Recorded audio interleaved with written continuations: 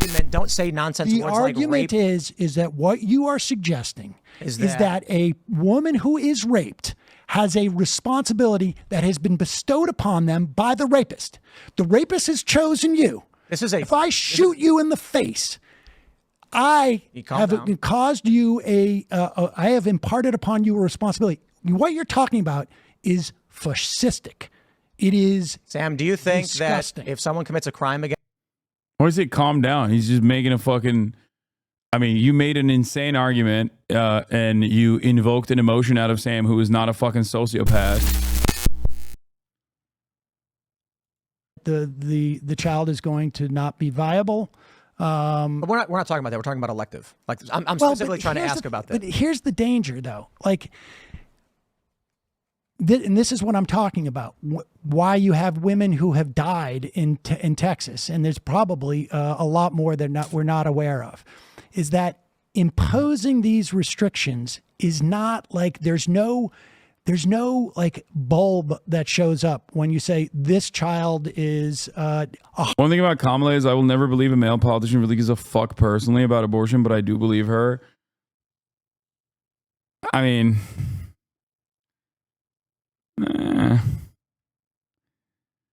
the most famous female politician that ran on this issue was Hillary Rodham Clinton, and her fucking statements were also far more conservative than the average person. Last time he spoke about this abortion, there was a group on Twitter that shared this information packet, and I thought it was really helpful too, just FYI. Okay, I'm not going to 100% not viable, or that your life is 100% not threatened. Like, where's the threshold? Is it at 20%? If the woman's life is in jeopardy, it's 20%. And this is, a vague, a doctor doesn't have like some meter that they put on the woman and say, oh, okay, your life is at 20%. No, these are vague determinations. And when you impose these type of restrictions on, what invariably happens is women die, because in real life, not hypothetical world, in real life, the doctors are afraid of crossing a threshold where they could get imprisoned, or they could lose their license, or, conceivably the woman might too. And so I leave it up to a doctor and the patient. I don't know what constitutes even elective. Like, is it elective if there's a 20% chance I'm going to die? No. That's not elective. It's not elective. What about 5%? That's not elective. What about 1%? Wait, what? Okay, so Tim Pool wants unrestricted abortions because the likelihood that you will die while giving birth is higher than 5%.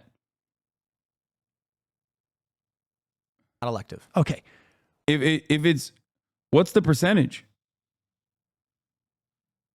Does he not realize that, oh my God, Tim Pool is so fucking devoid of pussy that he does not understand this? Like, dog, how have you never thought about this? Oh my God. Oh my fucking God. You just agreed with Sam that there is no, oh my God. Dog, he literally got someone pregnant before you. I impregnated half of this chat's mothers, okay? Calm down.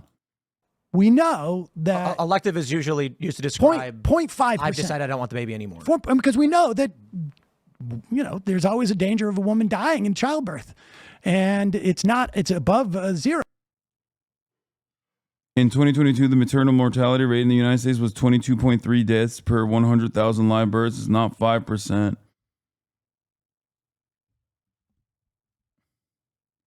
Okay, well, now you're saying it's 33 deaths per 100,000 births. Okay. Okay, it's less than 1%. Well, still above zero. There you go. 33 was from 2021.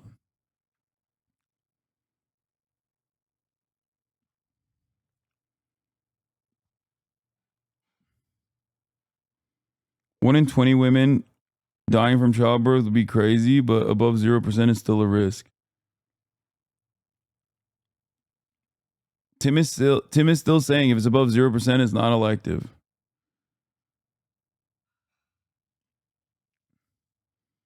By the way, that doesn't even matter because the real point of contention here is not the risk of a carrier dying during childbirth. Because as we've stated time and time again, the risk is bodily harm to the carrier in the third trimester. Someone getting an elective abortion in the third trimester is not getting it because they want to have it for fun. They wanted to see what it would feel like to carry a pregnancy to term and then fucking abort the fetus.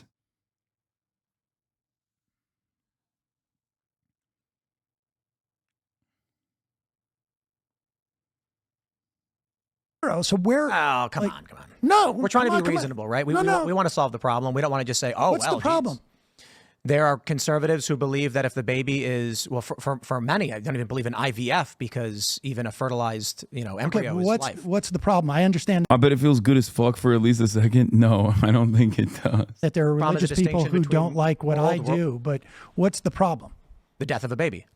Well, I would contend that we're talking about the death of a fetus. And so the issue is whether someone determines personhood or not is a legal constitutional question that needs to be answered. For instance, in Civil War, they didn't think black people were humans who had civil rights, and that's. Oh my God, bro! See, this is like the vegan trope, Like immediately, it's like, well, we don't consider black people to be people during the period of the Civil War. What if it's the same thing for the fetuses? It's clearly the psychotic way to view the world.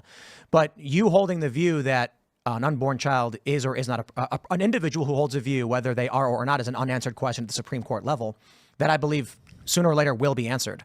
And they may make a determination that. No, it will not be. The moment that it's answered in the direction that Republicans wanted to be answered, society collapses.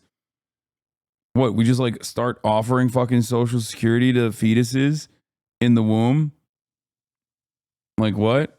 What if they don't make it? I think the other part of this story, and it's especially shocking to have this conversation in the aftermath of Roe v. Wade going away, is how you prosecute it. If you criminalize abortions, then what do?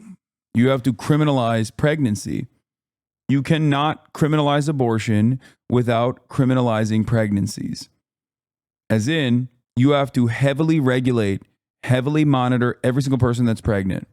You have to, for example, in this process, a pregnant mother that drinks a sip of wine, because you don't know how much wine they've consumed, is technically, in the eyes of the law, are they putting the fetus at risk? Are they putting the life at risk?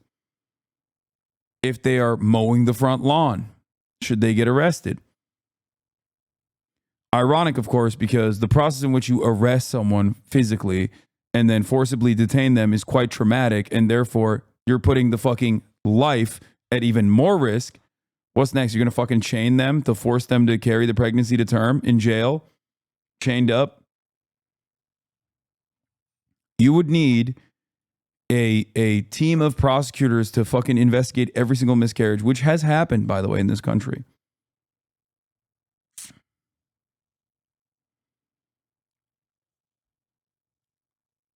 And the problem still remains. The fetus and its viability is left to the carrier. The fetus cannot live outside of the womb, especially up until the end of the second trimester, I believe, right?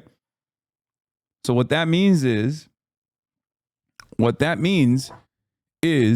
that every single miscarriage, every single one, has to be prosecuted like a death. Every single one.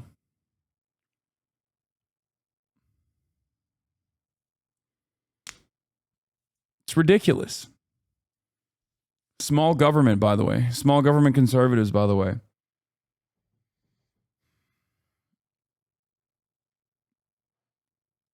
that the unborn are persons who are. What do you think? Man, that's tough. I tend to be traditionally pro-choice. I think that when you have then the argument is null and void. Okay, it's quite simple, I think. Do you think there should be restrictions on abortion? 100%, 100%. What should those restrictions be? Time limit for sure, but I don't know. I'm not smart enough to give you a certain amount of time. But here's the problem: is that when you in practice, that time limit ends up killing women. Well, you've got a dying baby or a dying woman, and we're trying to figure out how to save them both. Well, I mean, So one is restrictions are if the baby can survive, why kill it? So you're saying viability. So yeah, viability is huge, and medical technology is rapidly expanding that. But there's still a lot of questions in how we handle it. So my position is that the government can't mandate one person provide their body to another person. However, if a person provides consent in the initial phase, now they have an obligation for a certain time period. So if you have sex and you get pregnant, you are obligated to carry that baby to term. Is that what you're saying? I think that I'd be in favor of abortion up to a certain point. Well, but I don't understand what the logic is there. Logic is compromise. Oh, so this is just a question of splitting the baby in half, literally. Not literally splitting the baby in half. It is, can the government tell someone you must provide your body and blood to another person? And you say they can So the up to a questions- certain point. The questions of consent play a role in whether you allow someone and then have an obligation to them based on the requirement. So, for instance, like rape, I 100% exception. Health of the mother. Okay. Why? That's still a life. Why? Health of the mother, that's still a life. Why? If you believe that life begins at conception, and I can't tell if Tim believes that or not, but he's making an argument as though he does. So if it's at the point of viability, there's no... Because the rape exception is so stupid because that's not a real thing, okay? We already have untested rape kits. There's a massive backlog of untested rape kits in this country. But beyond that, the prosecutorial aspect would take so long, far longer than it takes to carry a pregnancy to fucking term. So if you were to leave it to the legal system to determine if a rape happened already or not, it's far too late at that point. You've already forced someone to carry a pregnancy to term. And also, if you personally are a firm, committed believer that life begins at conception, then it doesn't matter. You cannot argue for a rape exception. You can't. Because that's still a life. You're still killing someone. You're just saying like, oh, I guess some murders are valid. Is that what your argument is? And if you think some murders are valid, then why not make that exception to virtually every murder at any point, especially considering the viability of the pregnancy or the carrier's life? 100% So exception. let's take rape. Yeah. The woman can choose. Okay. What establishes rape? When a person does not consent. Okay. Great. Sam is going to walk him through the long and convoluted legal process in which determining a rape would take far longer than carrying a pregnancy to term. How rape is a criminal term, right? Indeed. So you need to go through the court case. Perhaps. What do you mean perhaps? Well, Like, can I come in and say I was raped and that's it? All I need to do is say I was raped. nope. Okay. So you need to have a court case. No, I didn't say that either. There would have to be some degree of Well, you keep adjudication. telling me what you're not saying, but why don't you just say what you're saying? How do you No, establish? you got to calm down. No, well, how do you establish what if rape has taken place or not? So there's rape kits, right? And we can check for abrasions. And a woman who was raped certainly would want to get a rape kit done, I'd imagine. Well, okay. First of all, But if you're there's- asking- we know for a fact if you're that asking a lot for- of hold on, we know for a fact that a lot of women don't seek rape kits for whatever reason because too they're bad. afraid to. Okay, so if you don't get a rape kit, We have responsibilities to ourselves and to others. And sometimes those choices are very difficult to make. so just the talking existence about- of a rape kit will establish that rape has happened. Why do we need court cases to establish that rape has I happened? didn't say we did. I said no. Okay, so So a medical professional a professional who assesses that a rape has occurred, I believe, is what if they go in largely too many sufficient. days after to get a rape kit? and then there's no evidence of a rape taking place, Yeah. that would be a restriction. Okay. So who makes that adjudication? If a rape took place, Yeah. the person administering the rape kit. So we would put rape kit people who are administering this and look at the evidence. And do you think it's just like completely binary? Do you think like, well, when you get a rape kit, like this person has definitely been raped or this person has definitely not been raped? I think that we're dealing with something outside of the simplicity of I can go to court. It takes 6 months to a year to figure something out, which means there's a compromise. How can we come to the best determination to make sure that women are not lying, which I assume would be exceedingly rare, and we're actually going after the criminals? I do not think it's fair to put the burden on someone to perform an abortion without actually taking the responsibility of yourself and saying, look, victims have responsibilities. And it's unfortunate that they're victims, but we're trying our best. So if you don't go, so let's say, for instance, like, I mean, I don't know if you've ever, and spent any time exploring the psychological and the sort of like social pressures on people to report rape. I mean, but you're basically saying that if you don't go and get a rape kit, If you think that Tim Pool's statement about how rape victims have a responsibility, a duty to come out and like place the emphasis on the victim of this heinous crime is shocking, I urge you to revisit why this conversation is even taking place.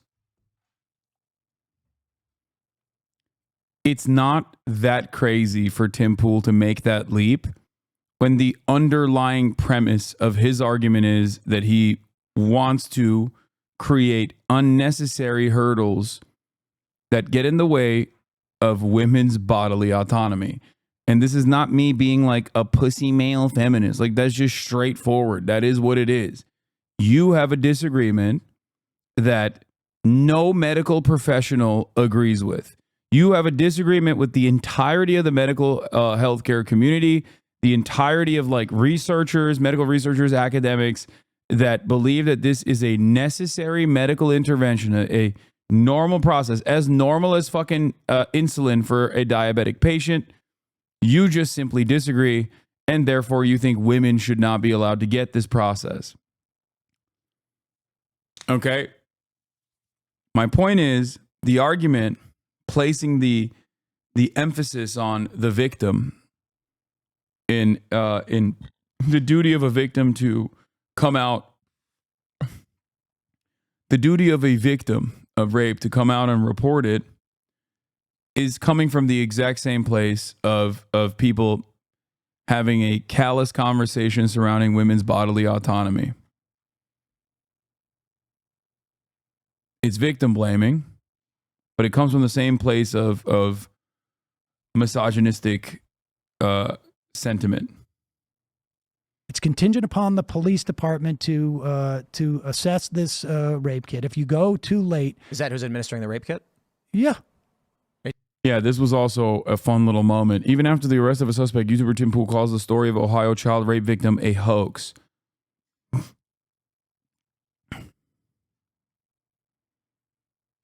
So I don't think he cares about it that much. It's not a doctor? No, I mean, they may have medical things. Well, but it's I was talking basically- about a doctor. She goes to the doctor. She says, I've been raped. They do a kit and they say, okay. And then she says, I would not want to have a pregnancy from this. Now, And they say, do okay. you honestly, like, do you know how this works? It's not like it's preponderance of the evidence. I mean, it's like, so you're basically saying the doctor gets to decide. I am. You don't think whether- doctors should be able to decide to give a woman an abortion? No, I think doctors can decide. Well, Yes, doctors make healthcare decisions. Doctors cannot determine in the aftermath of a rape occurring whether or not that was a rape that occurred or not. Like, what are you talking about? And before you say rape kits, that's not what we're talking about in this situation. What if someone's a victim of rape that comes out months later and didn't get a fucking rape kit done? You know what I mean? What do you do then?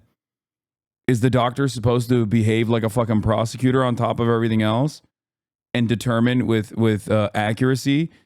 No doctor is going to also get their license revoked No doctor is going to get their fucking license revoked by making the wrong choice on a potential 50-50 chance that this person actually got raped or not. What if it's determined after the fact that it was not a rape? In the instance where you have criminalized it, but you at least have some medical exemptions for rape. It just doesn't make any sense. The legal argument is precisely the reason why I always talk about I always talk about how there is no reason to have a philosophical conversation surrounding the sentience of a fucking fetus. Okay? Like determining personhood and things like that. These philosophical decisions are utterly irrelevant when we are legislating. Okay? When you are writing laws, these philosophical back and forths are just nonsensical. It is not the real point of contention. Okay? And the moment that you are having these philosophical back and forths, okay, you've already lost the argument. That's precisely the reason why so many anti-abortion advocates try to draw you into that conversation.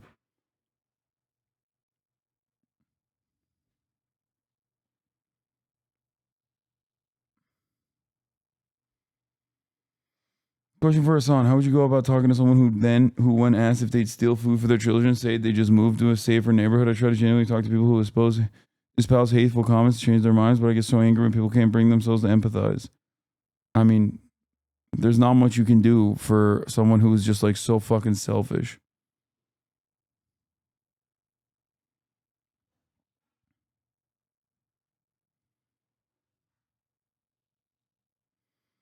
Get ready for hell.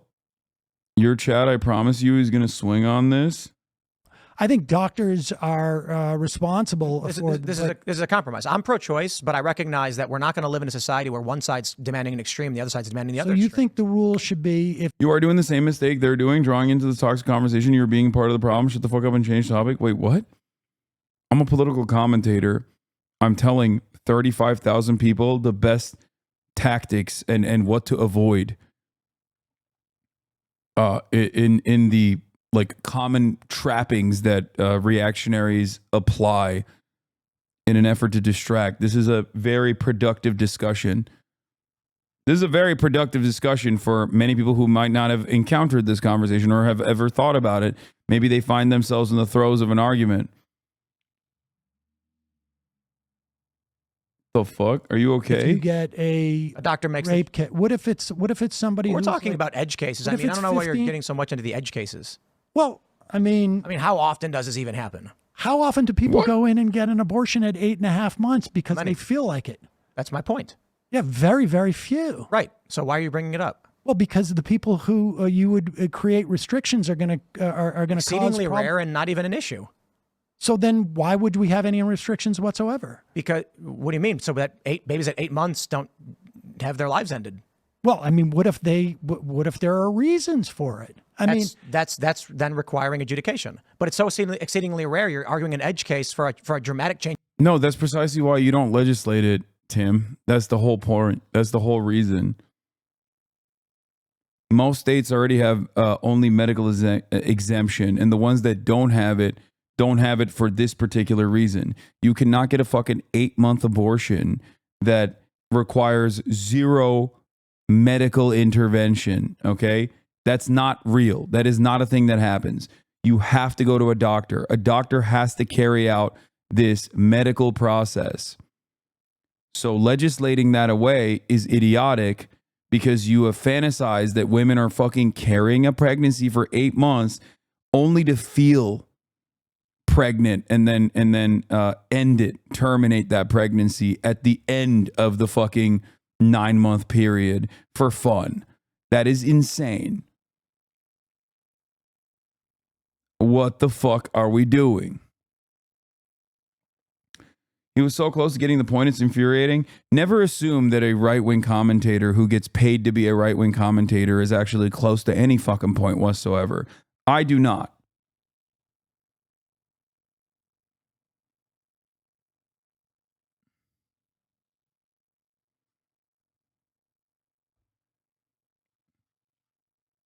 Just so you know, if you're having a normal conversation with a friend of yours, you can make that assessment personally, right? Some are shitheads, and that's one thing. But most people, most normal people, you can have a normal conversation with on this issue. But someone like Tim Pool, you're not going to have a normal conversation. The reason why Sam is having this conversation with Tim Pool is not to convince Tim Pool. It's to maybe change the minds of some people in Tim Pool's audience. Change in policy. But I'm not. I'm it's saying not a dramatic change of policy. There are, I think, like it's kind of 10 wild that I'm states. like, women should There be are able to get 10 abortions, but you're like, yes, but in these exceedingly rare circumstances, we should remove all restrictions because sometimes. Excuse me. I think there's 10 states at least. I know you can look this up where there are no restrictions. I agree. Yeah. So it's not. This is not some type of like radical change of policy. It exists. No, this is recent. I even disagree with that statement because, like, even in that process, it's just left up to the professionals to make this determination. That's it. There is no way that you can physically get an abortion with a non-invasive procedure in the third trimester. Therefore, the reason why there are no restrictions whatsoever is because there are no restrictions whatsoever because specifically there can never be like there can never be a situation where you're just like taking a pill. It doesn't work that way. Yeah, it would be like asking the doctor to remove your appendix for fun. Not only is it super rare, but it's like a self-selecting process due to the severity and the complications of this medical intervention. After the end of Roe v. Wade, these are the restrictions that these changes started happening across the board. I mean, I can understand that. You agree with those states removing restrictions? Like I say, yes, because I think But that's not Roe v. Wade. That's the end of Roe v. Oh, I said at least go back to Roe v. Wade. Didn't Roe v. Wade have a provision on viability? It was an additional case that people don't bring up. That was in the 90s. Casey. Is that what it was? There was a question about viability and whether or not you can end the life. The court said in Casey it just changed the date in which, I should say the week in which states could then begin to impose restrictions on that right to get an abortion. Right. Yeah. No, I think these type of restrictions end up killing the overturning of Roe and Casey resulted in states removing restrictions. Correct.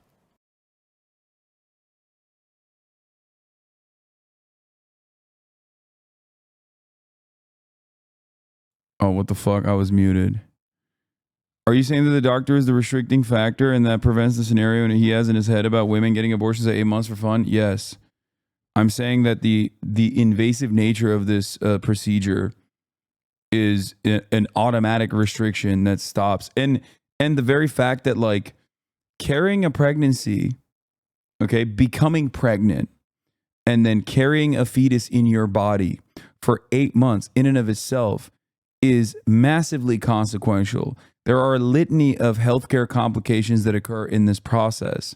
So my point always is that there is no reason to ever legislate this stuff because who the fuck would carry it for fun just to get an abortion in the 8 months in the way that the Republicans presented? In virtually every single state that you can get a third trimester abortion, there are restrictions in terms of viability to the carrier. Okay. And in the 10 states that Sam is pointing to, there are similar restrictions in the complications that come with the procedure itself. Like that being in the rule books or not doesn't change that dynamic. So there is no reason to legislate it whatsoever.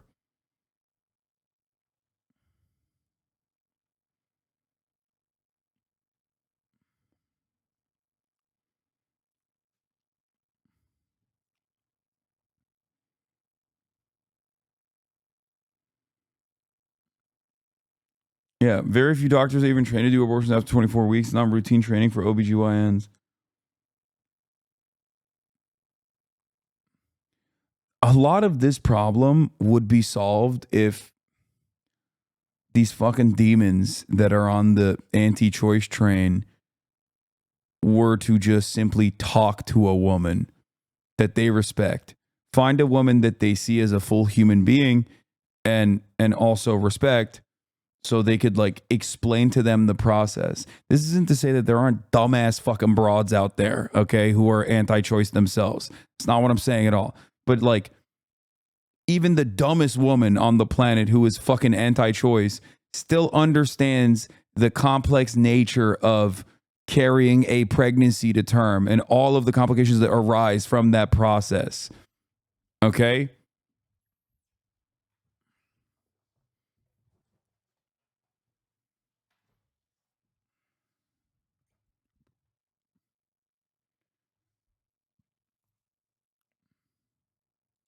Wait, I'm sorry. Say that again. The overturning of Roe v. Wade created the legal precedents by which states could begin to remove restrictions. No. They could. I think they could have done that prior to that. I think they could have done that prior to that. So the question ultimately is, I'm not going to come down as the supreme judge and just say like it must be, you know, the right is wrong. I say, and I've told Republicans this: if I was a woman that got raped and you told me I had to have a baby, I'd blow my brains out. Like, there is no fucking way you will tell me that I'm going to, by force, without my consent, give my body to somebody You are else. telling that that woman who got raped. There is some that degree of responsibility. You have to announce this. You Yes. need to follow certain procedures as a victim of a crime, and if you don't, we're going to force you to carry Burger, that thank you for the child 20 to gift term. subs. Yes, 100%. Okay. There's Mate, a responsibility we have and as Benign victims of Burger crimes with as another well. 20 gifted And subs. one of the problems we have in this country is that, That's an interesting theory. well, it's true, right? If you're a victim and you want accountability and justice, you have What to if go to court. what if you make the determination that I don't want to go through what is involved with getting accountability and justice, but I also don't want to carry my rapist child? In that scenario, the woman is out of luck, according to you. If you are not willing to take your responsibilities, The responsibilities that of victims. that the rapist has imposed upon you. Indeed, yes. Okay, so this is what do you call this? The Rapist in Power Act? I suppose you'd say that liberals have a view that they have no responsibilities at all. That there is no I don't feel like I have a responsibility. I certainly don't feel that if I was you're not someone making who an could argument. be, I am making an Well, the argument. Rapist Responsibility Act is an emotional nonsense. No, it isn't. It's We're exactly, talking it about is- a person's responsibility to no, society. that is exactly what you're No, suggesting it's drama is tantamount. nonsense. No, it's not drama it's nonsense. prop clipping. No, it is not. Yes, you are. Come on, Dude, You're not I making don't an give argument. a shit about Make an argument. Don't say nonsense The words argument like rape. is that what you are suggesting Is is that a woman who is raped has a responsibility that has been bestowed upon them by the rapist.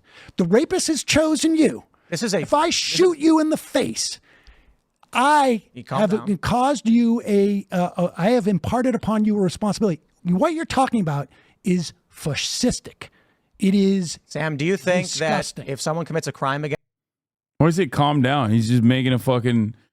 I mean, you made an insane argument and you invoked an emotion out of Sam, who is not a fucking sociopath, immediately. And I think this is the least calm I've ever seen Sam, but still pretty fucking calm. I would have been losing my mind at this point.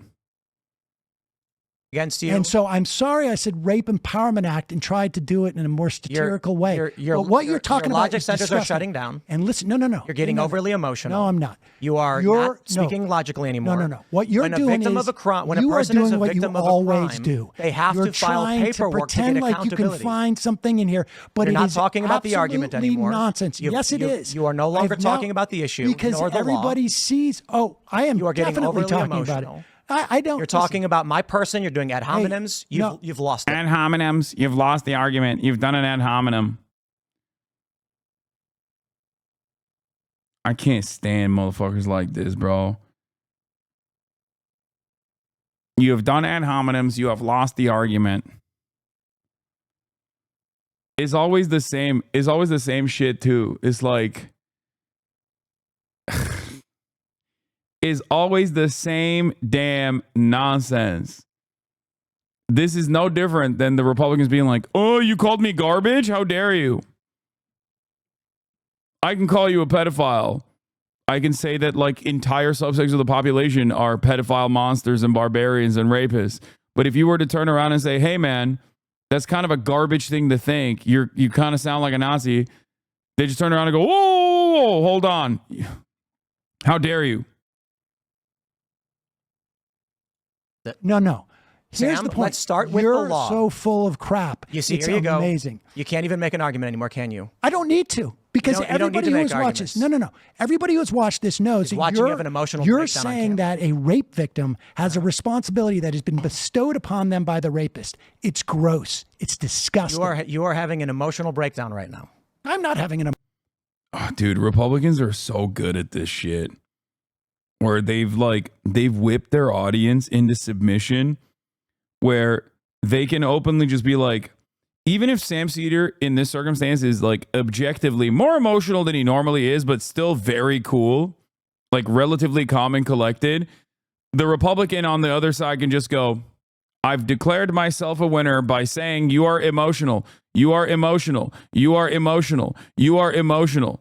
And then that's it. You mad, you mad, you mad. You just say that over and over again. And half the chat will be like, hell yeah, Tim's really cooking here. He is mad. We got him, boys. Emotional breakdown right now. Do you think the police I'm getting should be... Oh, you want to wait? Because I'm thinking of my daughter. Here we go. I'm thinking of my daughter. Here it is. And I'm thinking of the idea that a Sam. rapist could force her to do something Sam, that you're spiraling. No, You're I'm not spiraling. No. You're spiraling. Tim, you're not you're even afraid stopping talking because you just you're not even found stopping out talking. You never you're gonna, think you're gonna, out you're gonna, anything you're gonna, that you we're say, gonna say something. and you're we're gonna upset talk, or are you gonna that keep just talking about faced nonsense? You in front of all of your Are you audience. gonna wait for your prop You clipping? rapist. Your prop. That's crazy. This is just, what the fuck did this turn into, man? I did not expect this to go this way. Holy moly, this shit is completely bricked. Completely bricked.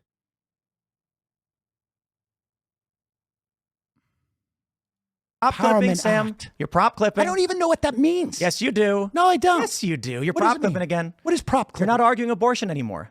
What is prop clipping? You said, Tim, you're full of crap. You're not arguing abortion anymore. Because you disgust me. Oh, rape, blah, blah. You stopped You're arguing. saying You that a stopped rapist- arguing and you started doing performative garbage for the camera. No, I'm You not want to doing have performative you want to have a garbage. discussion, Sam? Dude, the best You wanna- part of do you this wanna have a discussion, was or are you gonna keep tying talking? you in knots about You the wanna have a idea discussion? that a rapist can force a woman. Here you go again. Going, Here you go again. You're making things up. I'm reiterating. You're prop clipping. I am reiterating. You're prop clipping.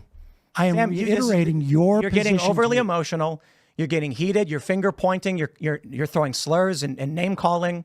You're full a slur? Well, I forgive me. You're so full of crap. You disgust me. Blah. This You- is not an argument. honestly, You want to have a I gotta discussion? be honest with you. You want to have a discussion, or you're gonna have an emotional breakdown? You know what?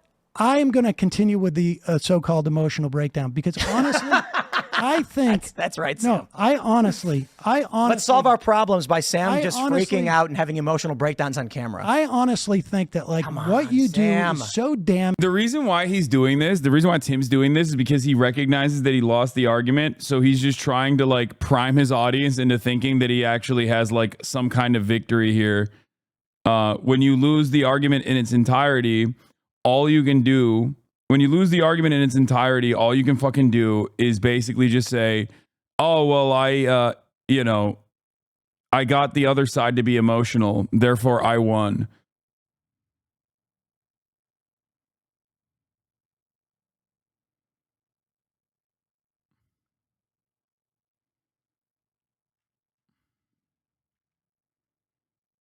damaging. Oh no! And this here he goes. whole notion that you, Broke. would allow It took 2 hours for and 40 race- minutes for you to break. Yeah, You this broke. whole Sam, why are you keeping me broke. from talking? because you haven't If let you me talk think one I'm- time. Okay, go ahead. Okay.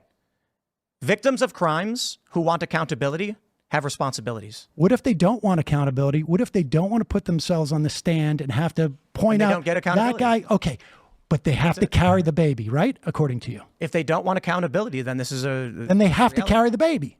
This is reality. Say it. A woman. Say it. If they I will don't say it as want plainly accountability, as I can say they it have to 100%. carry that rapist baby. If a woman does not want accountability for her rape, she will carry that baby. She has to. She has to. Yeah. Okay, good. Yeah. Up to 15 weeks. That's the prop clip I want right up there. to 15 weeks. I mean, I think we have come to an agreement. That women can get abortions if they're so choosing without any restrictions up to a certain amount of time. And then after viability would have to. They don't want to pursue their rapists in public, in a public setting. And they don't want to go through that. Sam, you're having an emotional breakdown. You've stopped listening to what's being said. You started getting angry, insulting. You're disgusting. How dare you? This is, and you know what? You don't think and saying Sam, to me let me tell that you, you're prop clipping. I don't know what that means, but so it's when you stopped arguing abortion, finger pointing and waving your hands and saying, I tied you in knots in front of the camera. Yes. And this is why people don't invite you on their show. I don't give a shit. I know. I'll tell you something. That's why you don't get invited on shows. No, I you don't care. I know you don't care. I'm not saying I don't care. I honestly, like, this is... You start the show, I don't want to talk politics. I want to talk about how you said mean things about me before. Oh, yeah. I wanted to get that. Oh, wait. Yeah, no, your WWE politics. No. Listen, we're talking about how do we effectively have law on abortion. That should be a woman can do whatever she wants up to 15, 16 weeks, maybe even 22. I don't know what the time limit is. But if the baby is viable, there has to be accountability. There's something really gross about, like, here, let me explain to you why I fucking despise debates. This conversation itself is a perfect demonstration of it. The party that has absolutely nothing to lose will always be able to ridicule the party that at least has an emotional attachment to the subject matter. You can never expect, for example, a white supremacist to debate a black person, because the black person's humanity is what is the subject matter. It is very obvious to me that while both are men in this process, Sam Seder clearly cares about the issue a lot more, places an understandable emotional attachment to the subject matter of women's bodily autonomy.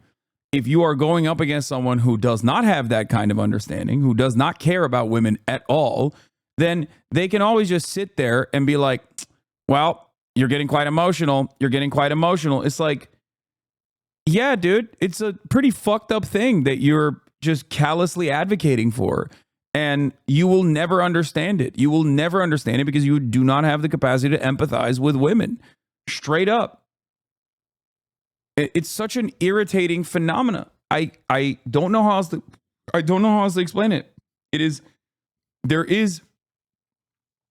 not by accident that so many of the fucking top dogs in the debate space are just usually white dudes, okay? It's because in a structure such as in Western nations, in the structure that we exist under, white dudes are, with some exceptions, like virtually untouchable. They're not considered. They're never like dehumanized in any serious way. And I say this as someone who also is a white man, right? I'm a cisgender, heterosexual white man. Okay, and even then, there is at least one avenue where people can actively just rob me of my humanity in every conversation. My name is Hasan, and I'm a Muslim, right? I'm white, but it still doesn't matter. That immediately goes away. All of the optical power, the privilege that I have, can so easily be cast aside. There's perhaps no better demonstration of this than the, Twitch streamer or terrorist shit that's been going on nonstop. There's no better demonstration of this than like all of the haha jokes and the active silencing campaign that these supposedly anti-cancel culture warriors have been engaging in for the past month or so. It's just, there's not really anything you could do in that situation. Like, people can just like immediately rob you of your humanity. And I'm telling you this, this is an overwhelmingly white male audience, okay? Even though many of you are gay as fuck.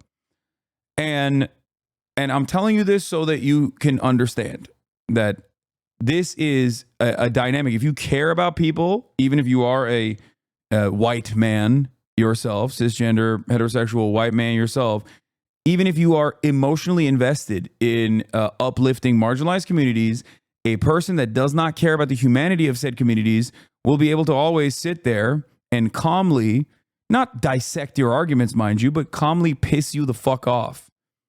Okay? That's it.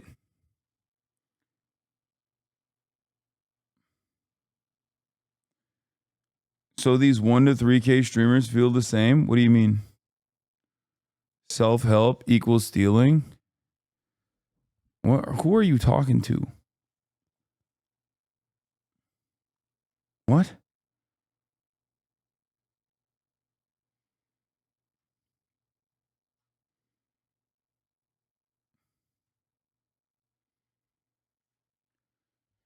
In these sorts of conversations, you are what? You defined who you are?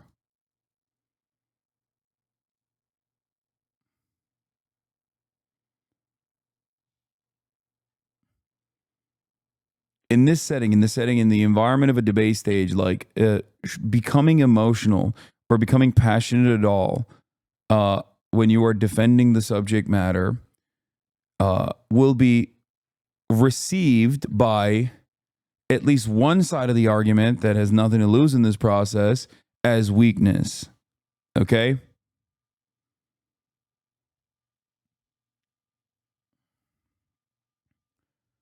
And it's a deeply frustrating equation, which is why I'm just explaining like the asymmetry of debate.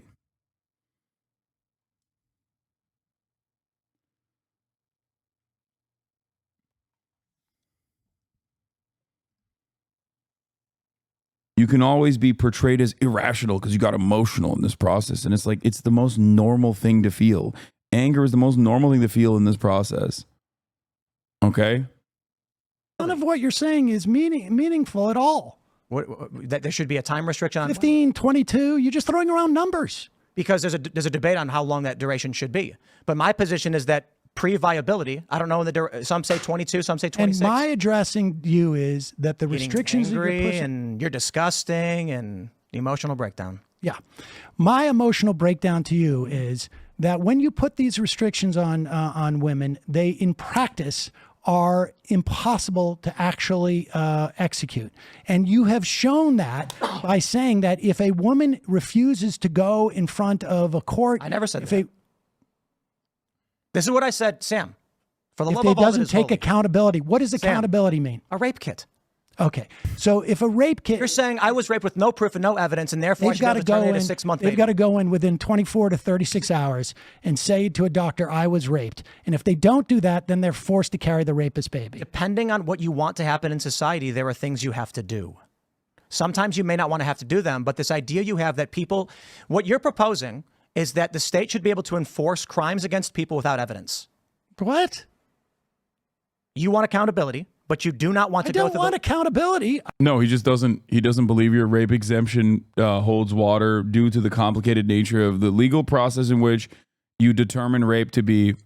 You determine whether a rape occurred or not. You are also placing the burden on the victim, who may, due to a litany of different pressures, including but not limited to societal pressure, might not be comfortable coming out and getting a fucking rape kit.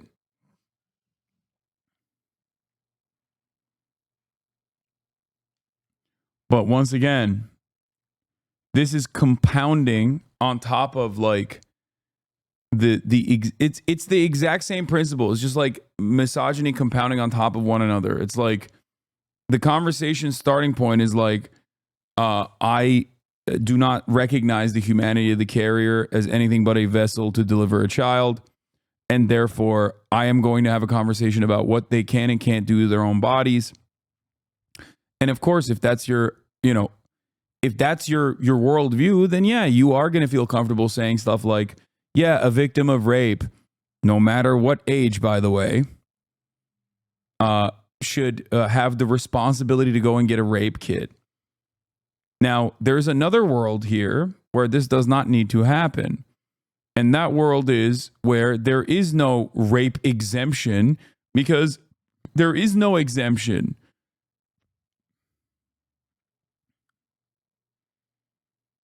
Like, he placed this rape exemption in the conversation. Tim Pool did. That's Tim Pool's argument. And now he's making it seem like Sam is on board with this exemption.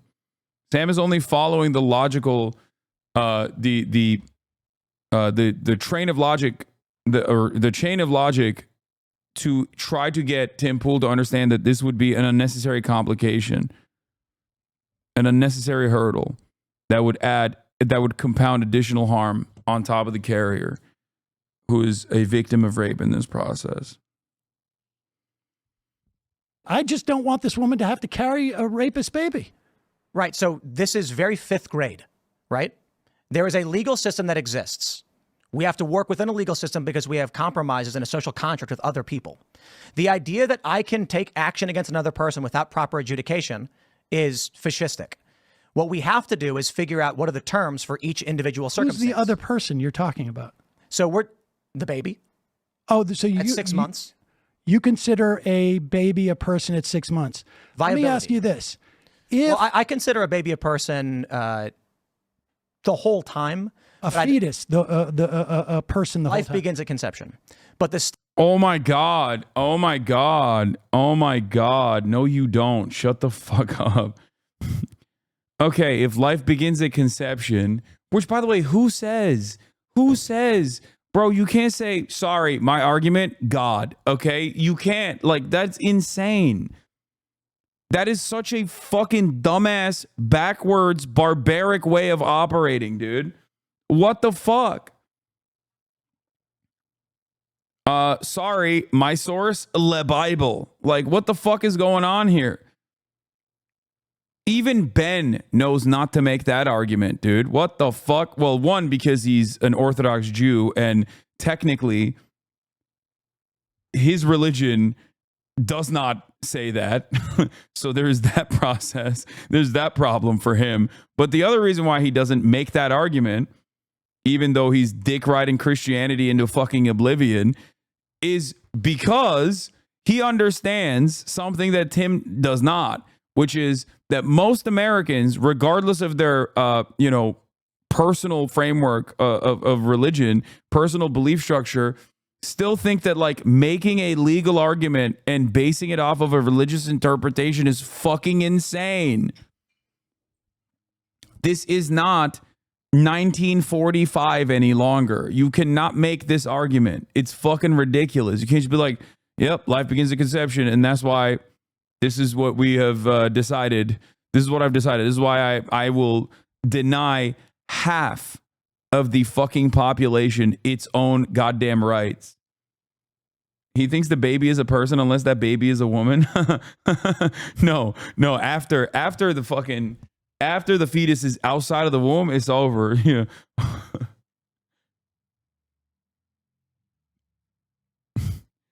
Republicans do not give a fuck, dude. Once the baby's out the pussy, it's like, oh, dude, give the baby a gun. Have the baby fend for itself. You know what I mean? They only care about it for the first 9 months, seemingly.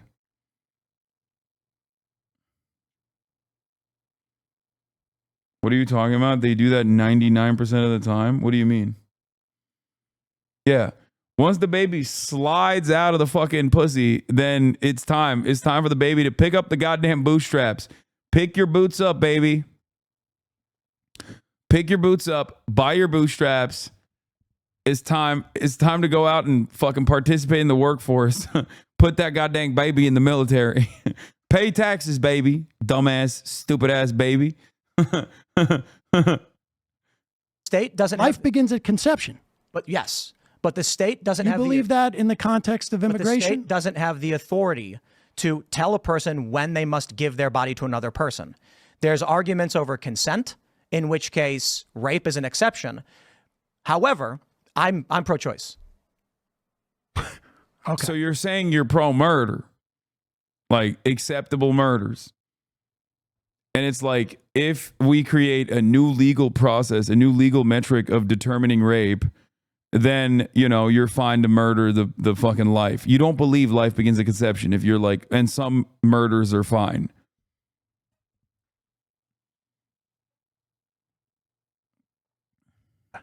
So what we're talking about now, because, make sure you include this in the context, and I'm glad you're here, I can say it to you, is a woman up to pre-viability, in my opinion, should be allowed to get an abortion if she so chooses because of the impossibility of properly adjudicating anything in between. I think that's where, when I say you're having a breakdown, it's because I don't think you're listening to what I'm saying. After viability, we're talking about extenuating circumstances where a baby that could survive on its own. There's now an issue there where the question becomes, why kill the baby? If we're talking about a period where we're not sure the baby's viable or not, we're wondering why the woman carried the baby this long. The issue is not so black and white for you to just say. Well, you're saying this is about viability, not time limit. Yeah, I'm You keep traditional vacillating back and forth. I mean, maybe you don't realize this, but So, there's completely. if you everything can't you're understand, saying I'll is explain it to you. inconsistent with it. What you're saying. week is viability? What week is viability? Yes, I mean, it I varies. think there's some debate about that. Agreed. My point is, I don't know the point at which we as a society will determine it's going to be 16 or 22 or 26. I'm not a scientist or a medical doctor. I agree. There's an issue where if the baby can survive on its own, there's no reason to kill it.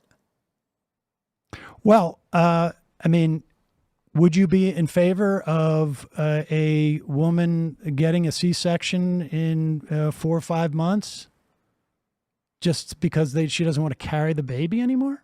If the baby can survive on its own, my position is typically the woman can make that choice, as long as the baby's not being killed.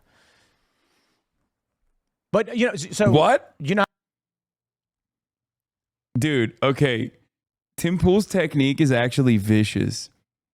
Okay? It's a new technique. It's called arguing every position at all times, both for and against.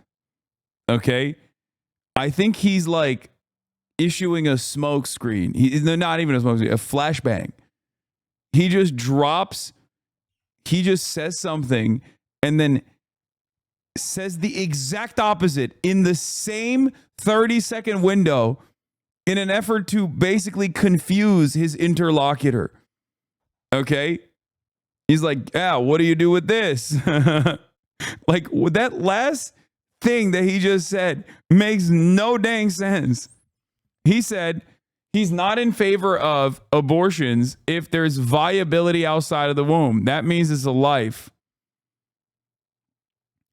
And then Sam directly asked him, okay, so if there's viability outside the womb at 4 to 5 months, do you think a woman should forcibly have a C-section? And he's like, in that situation, it's still, it's up to the woman to kill the baby after the C-section. Like, just let the normal legislation run its course, dog. What the fuck are we talking about? If the baby can survive on its own, my position is typically the woman can make that choice, as long as the baby's not being killed. What? What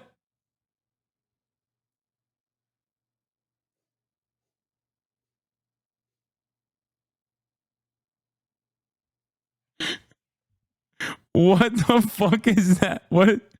He said all the positions.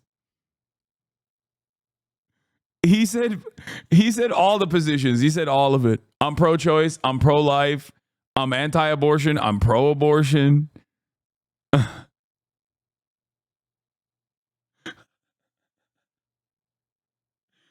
Bro, look at his face. I don't think he knows what he's saying. He's like, damn, I can't believe I came up with that on the spot. He's just yapping.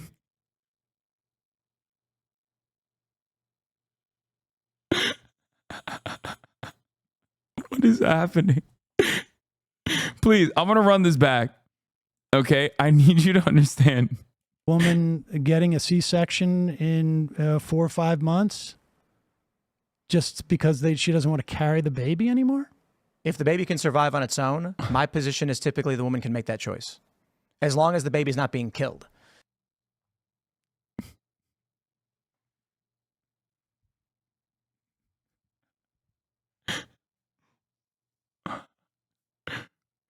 Maybe he's saying something brilliant and I just am too stupid to understand. I don't know. You know what? That's what I'm going to go with. He's just saying something that like my tiny brain can't comprehend. But, so you know how they perform abortions after that point? How they perform abortions after what? Like there's varying degrees of how abortions are performed. So Yes. the question I have is this. Let me put it this way. You know, Like dilation and extraction? Are you talking about in terms of like, my position largely is we've got two real distinct worldviews on this one that are extreme ends. They neither agrees with each other. No. Don't go back. Interrogate this. No, we need to examine what Tim Pool was saying right before he swapped the conversation back to like, oh, there's extremes on both sides. He's going back to comfortable territory. Okay. I need to examine Tim Pool's beanie. What does it mean?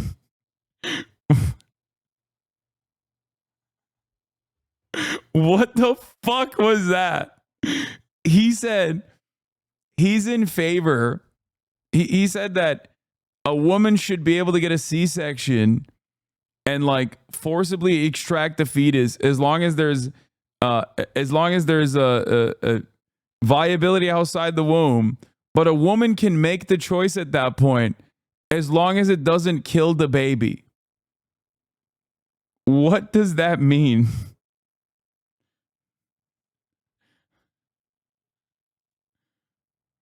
He was trying to say that the woman can choose a C-section or carry to term, but the baby can't be killed. Oh, he's saying that, like, yeah, you can carry the pregnancy to term or get a C-section to extract the fetus out. Okay, that is an incredibly invasive medical procedure. That's a more invasive medical procedure than the normal process of like dilution and extraction. So that's still insane. Yeah, we need to cut the woman and put a fucking 50-50 shot at the baby surviving the process. Yeah, sorry. I know we chopped your shit up, but like, you know, Tim Pool decided that that's the best way to go forward. Fuck the doctors on this, okay? I'm pro-choice, by the way.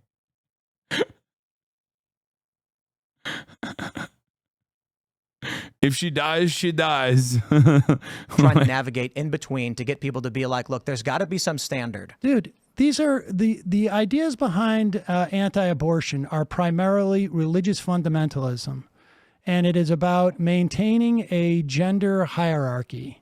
And the idea that you can negotiate, you're basically taking Hillary Clinton's position from 2004. Probably. And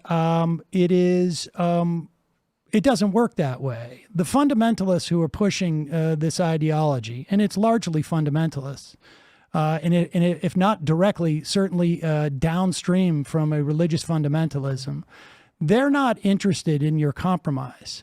It is, and the proof of it is Not interested in yours. I'm not compromising. The proof of it is after 50 years, there was a compromise. It was Casey. Exactly what you're talking about, which is why when you asked me at the beginning, I said, at the very least, go back to Roe v. Wade and maintain those protections. But that equilibrium was not enough for the right-wing Republican Party. And so, therefore, that's where we're at now. That's the end of story. And now we have states with no restrictions, and we have states with absolute restrictions. There was a compromise, and the right wing in this country did not want it. That's it. That's why this is why a debate. And you have an individual right that has cost the lives of multiple women across the country. It is increased infant mortality, like I said, at least in Texas, by 15%. And it's, I think it also, and I think it's much harder to measure this, but it subjugates women in this country because it basically says you have less rights to have bodily autonomy, and that's just the beginning. Yeah, I agree with that one. Yeah, if as I stated, if I was a woman and I was raped and I was forced to carry the baby, I'd blow my brains out. And so that's why I say up to a certain point, I'm pro-choice. To a certain time period, because I agree, after the baby can live on its own, I don't understand why you kill it. If there was a way to have the type of restrictions you're talking and have a child be viable, outside of the womb and all of this, but in reality, that's not the way it works. these things don't work the way that you're talking about. The rape exceptions, And you're gonna to be fair, this issue is the razor's edge. There's no middle. It's one side or the other. It has to be in the way that it is in practice, and frankly, but these are religious fundamentalists, and they're not going to stop. They're not going to stop with abortion. They will come for IVF, of course they will. I would also make the argument that I don't think the left will stop with their ideology either. Both are going to. I mean, listen. You started this by saying Obama didn't even in case Roe v. Wade in statute. I mean, the left. My issue with that was Democrats and Republicans both will argue they're for something, but then use it as a wedge issue. The left was essentially, as a political matter, was fine with Roe v. Wade and Casey, for that matter.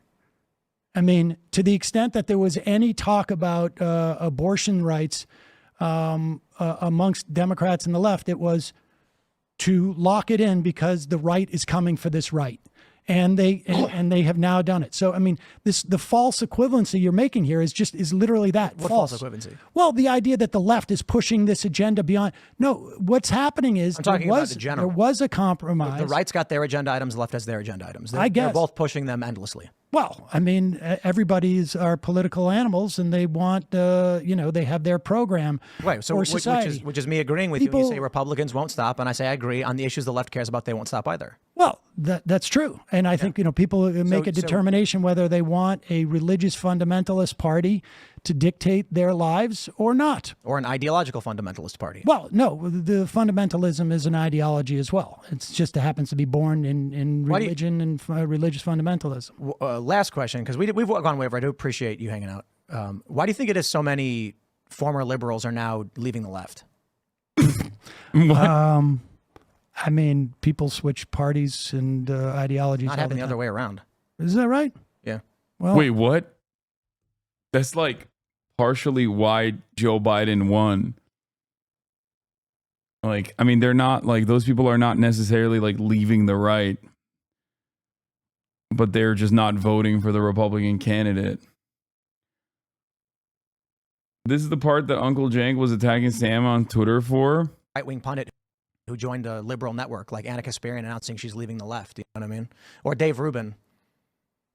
I mean, listen, if you want to say that these are like the intellectual pillars of... No, certainly not. I'm saying something's causing an emotional rift that makes people not want to be on the left anymore.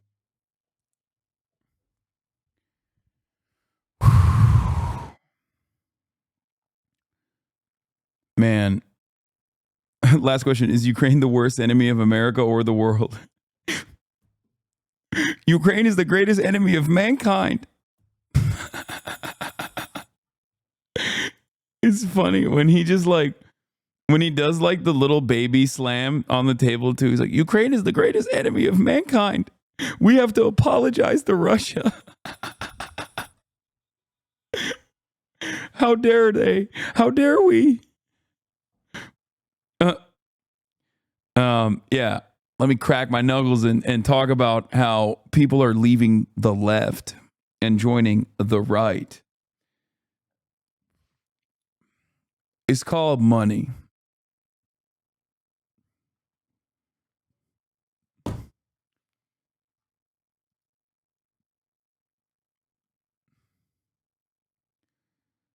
It is infinitely easier and probably way more welcoming and more rewarding to have an audience of dumb fucks that love you for saying the right things.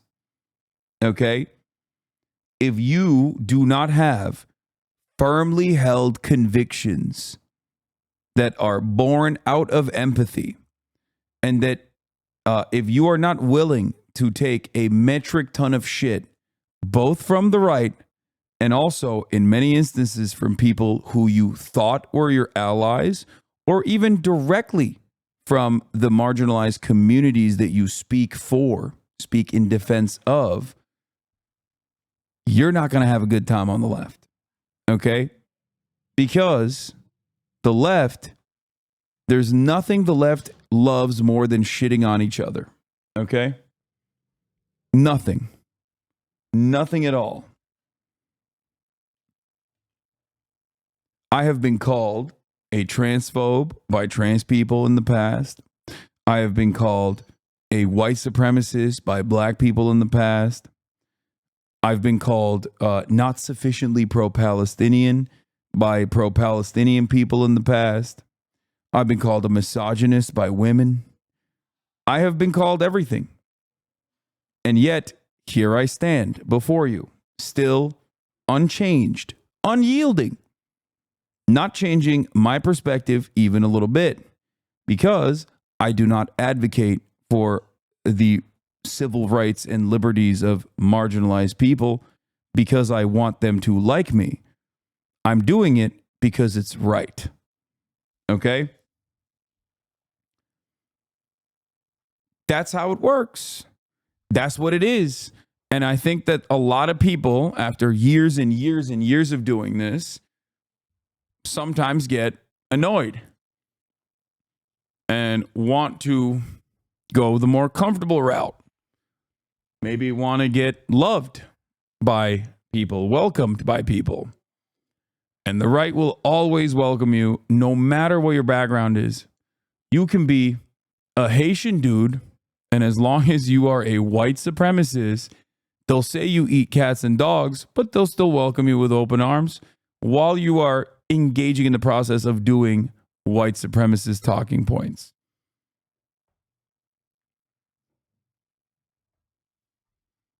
Okay?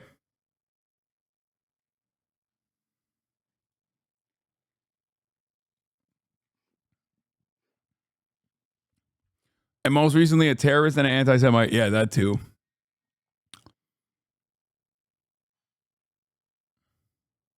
Do you think the right would actually welcome Muslim participants? They absolutely would not. Andrew Tate and Sneeko are two recent revert additions to the right. They are both Muslim. And yes, they are not just right-wing, they are far-right. Okay?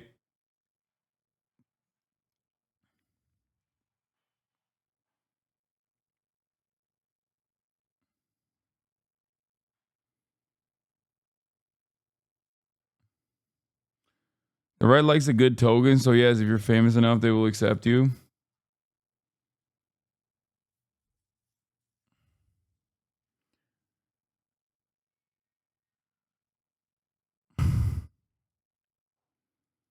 What you described is my issue with the Muslim imams, etc., that endorsed Trump the other day, and then the message that the old Giuliani dude says that terribly inhumane shit about Palestinians and Arabs alike is clear proof they don't give a fuck. Well, I can't speak on the personal ambitions and motivations of like the imams that were hyping up Donald Trump. I would never do such a thing. I think it's fucking gross.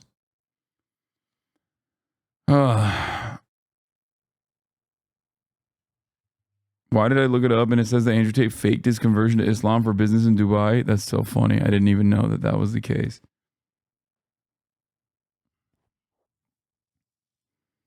Does Chow honestly think the right wouldn't accept you with open arms if you joined the grift? I think it would take some time. But, I mean, look at it this way, dude. Here, I'll give you an example that is like kind of drama, but like it'll help you understand this. Every single person that now is riding with Ethan Klein, every single one of them, from Keemstar to all of these like actual fucking neo-Nazi shitheads, and also even Destiny himself, used to make fun of him all the time. They've called him heinous shit. They've ruined his fucking life. They've made up insane conspiracies about him, right? And now they're all riding for him. Why? Because he has set his crosshairs on an enemy that they despise even more than Ethan. For the switch to like being right wing in one, not even across the board, because I'm not saying that Ethan's like right wing across the board at all, but even a switch in one fucking point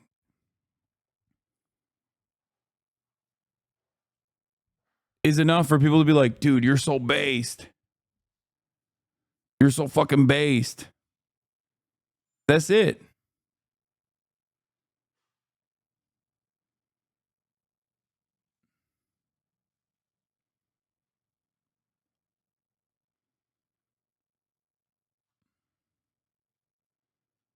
That's all it takes. That's what I'm saying. It's just like all it takes is for someone to, even on one issue alone, attack one of their perceived enemies. Okay? Claiming imams supported Trump as such a libtag is literally two anti-Houthi, anti-Iran local preachers. What? No, I didn't say that like I didn't say that like imams were across the board fucking promoting Donald Trump. That chatter asked me about the imams that did. And I'm saying I don't know what their fucking personal motivations are, but I would never do such a thing. I think it's like fucking stupid to do that.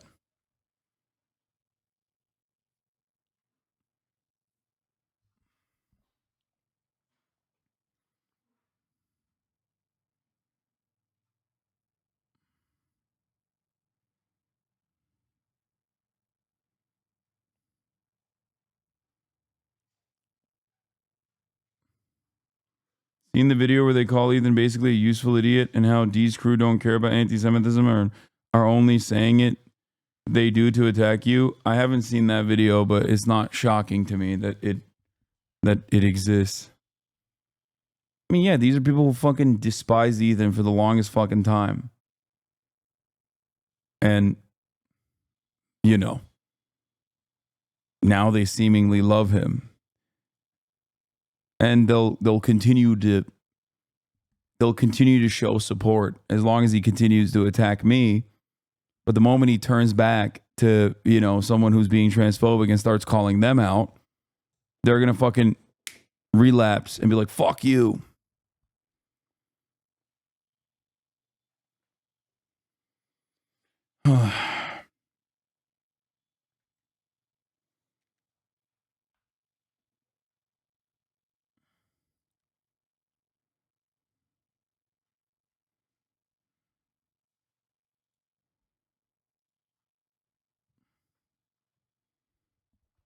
Has your live always had this intended for specific audiences? Pop-up warning? Yeah, that's a new thing. They're doing like content warnings if you're talking about politics, which I am, so I think it's valid.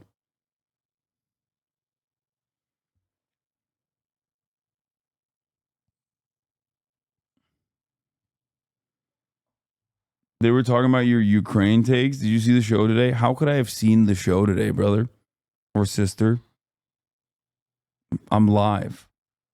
And even if I wasn't, I wouldn't be watching.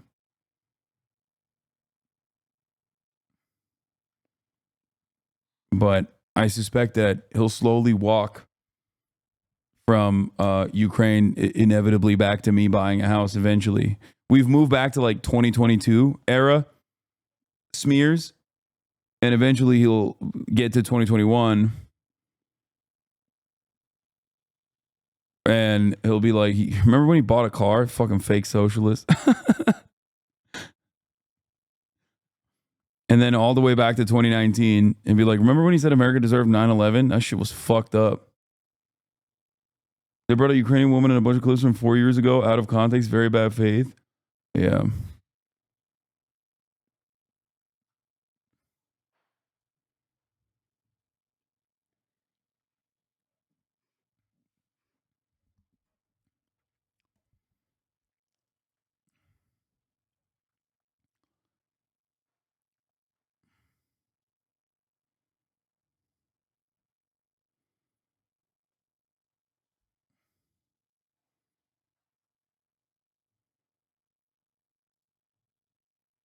I did. I bought a car too.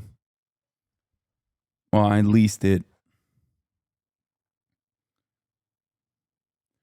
Do you have a comment for us to why your community is saying they will vote for Trump? I mean,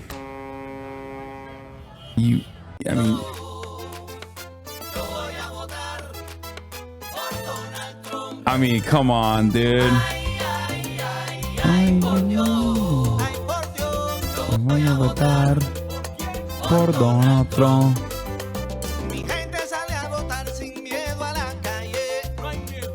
No te quedes en la casa, así que tú no me falles. Oye, sale a votar, vota con los tres de La Habana. Mano para arriba la gente, ciudadana americana. Ay, ay, ay, por Dios. Yo voy a votar por Donald Trump. Ay, ay, ay, ay, por Dios. Yo voy a votar por Donald Trump. That's it. That's all I gotta say, baby. Ain't nothing else. You know what I'm saying? It is pretty funny that you guys are we're watching this shit, but like low key, some dumb fuck is gonna clip this and then and then I'm gonna see this on like every fucking subreddit being like, Hasan is urging people to go out and vote for Donald Trump. You know what I mean? We can't even have fun anymore, you know? Anyway, I got here because we were looking at the fucking right wing grift. Listen, Let's finish this. If you want to say that these are like the intellectual pillars of, No, certainly not. I'm saying something's causing an emotional rift that makes people not want to be on the left anymore. well, I would suggest it's probably cash. I You mean, think like Anna you said, Kasparian wanted money? she said as much as far as I know in the past on TYT. She said she would make more money by being not leftist. I don't know if she said that. But I know that. Wait, that's objectively a correct position. Like, not ascribing that to Anna Kasparian directly, but like saying that like you would make more money as a right winger is correct. Like, that's correct. That is factually accurate. And I'm sure Anna has even said that in the past as well. Like, because it is correct. It is a much more comfortable territory to be a part of. You get unimaginable institutional protection unless you are literally straightforward, like recreating. I mean, dude, you know what, actually? You know what? Steven Crowder recreated the George Floyd execution to like belittle it and minimize it and make fun of it. He does like racist ass fucking skits on a regular basis. He's not even fucking funny. He's not even charismatic. And Daily Wire still wanted to give him a $50 million contract. Like, there's virtually nothing you can do. I guess the one thing you can't do is just like be anti-Israel. That's like pretty much it. You can be anti-Semitic, but you can't be anti-Israel for the right. Because like, it's not like Candace Owens wasn't fucking anti-Semitic when she got a job at the Daily Wire. She was. She literally fucking got a job at the Daily Wire. She was like saying Hitler wanted to make Germany great, you know? It's not like fucking Ben Shapiro didn't know that when they hired her. They just didn't care. The thing that you can't do is just like be anti-Israel. I think that's it. Or just like openly be a Nazi. I think those are the two things that like get you actual penalties on the right. But beyond that, like, you can make inferences. You can literally act. You can say 99% of the Nazi shit. Anna is anti-Israel, though. Yeah, that's true. Anna is anti-Israel.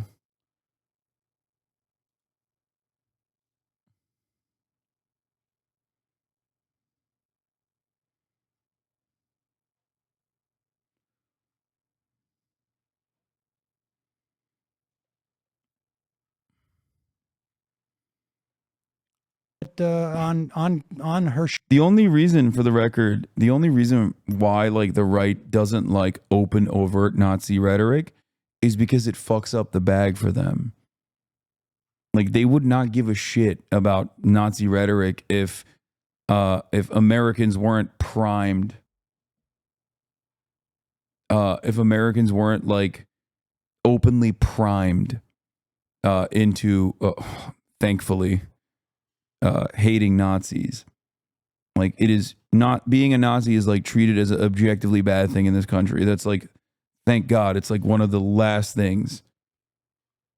So that's the only reason why I think like right wingers don't like the term Nazi, because people will, you know, then people will start catching on that your opinions are so close to Nazis, you know? Ann Coulter regarding tweets regarding Jews, awful, nonsensical. Ann Coulter is also super pro-Israel and has always been so. So I won't lose sleep.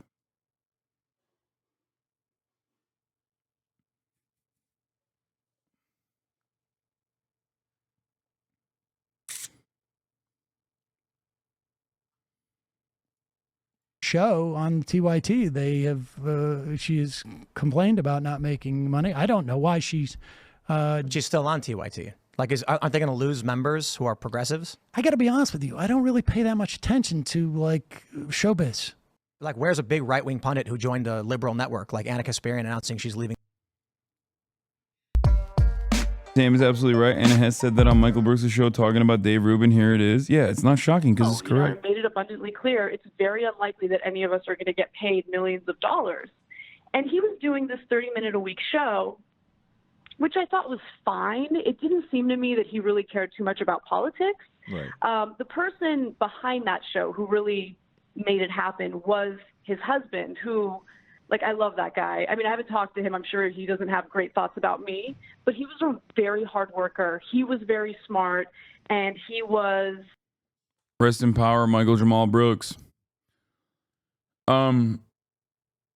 Yeah, I don't know what like Anna's personal motivations are in like how her perspective is shifted on a lot of these issues.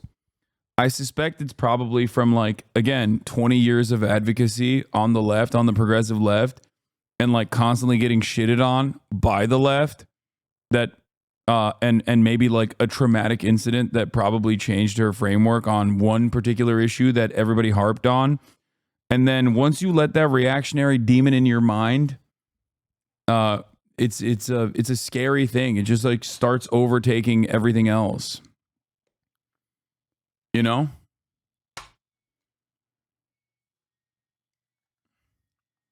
Like, I think originally it was like crime and crime panic narrative that completely captured her attention. And then people were very annoyed with her for that.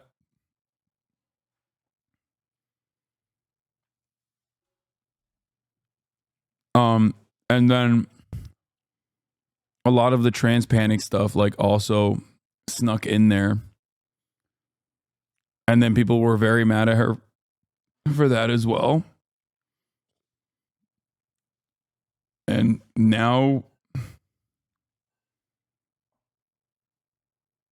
wait, hold on.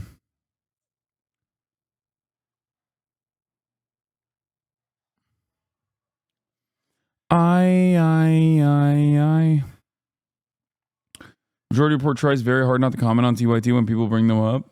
Yeah, I only bring up TYT to defend Unc. That's my Unc, dude. At this point, Sam Cedars is a gross liar. Anna never says she wants to leave the left for money. When he's pressed on it, he claims ignorance. Then why did you lie about it? We've lost subscribers and money because we acted at a principle, something Sam wouldn't understand.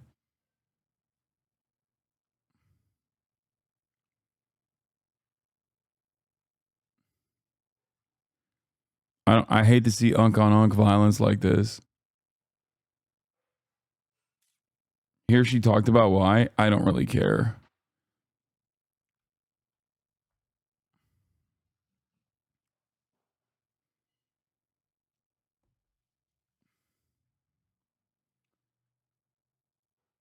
What is this? As someone on the inside with direct knowledge, I can assure you that Cenk is wrong and Sam Cedar is an absolute expert in losing money out of principle, lol. Yeah. Like I don't think it's like grifting necessarily. Like I think Cenk is genuine. I think he genuinely believes the things he says. And I say this as someone who talks to him personally and in private. You know what I mean? Do with that information what you will. Like I disagree with him certainly, but he is very similar to myself. He's like stubborn to a fault, which I think can be annoying at times when if you don't have the right mindset in your analysis on certain issues.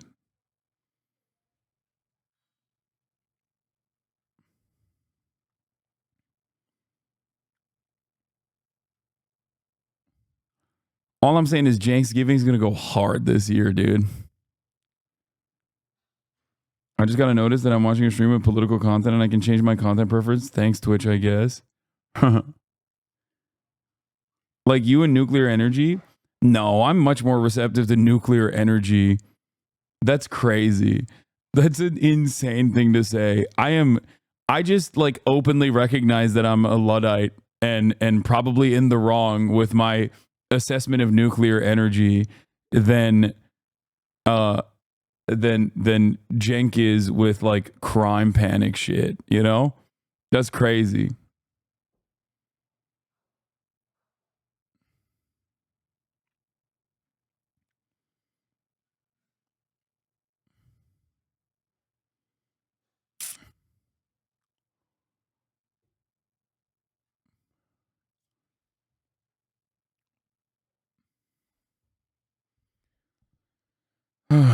Anna gave Matt Walsh props. Ew, that's gross. Under no condition do you have to hand it to ISIS. Okay, there is no circumstance where you have to hand it to ISIS, the Nazis, or Matt Walsh. That is unacceptable. Okay. Wait. Oh shit. This is. I forgot. This is my fucking playlist. All right, we're moving on from this shit after 6 hours and 39 minutes.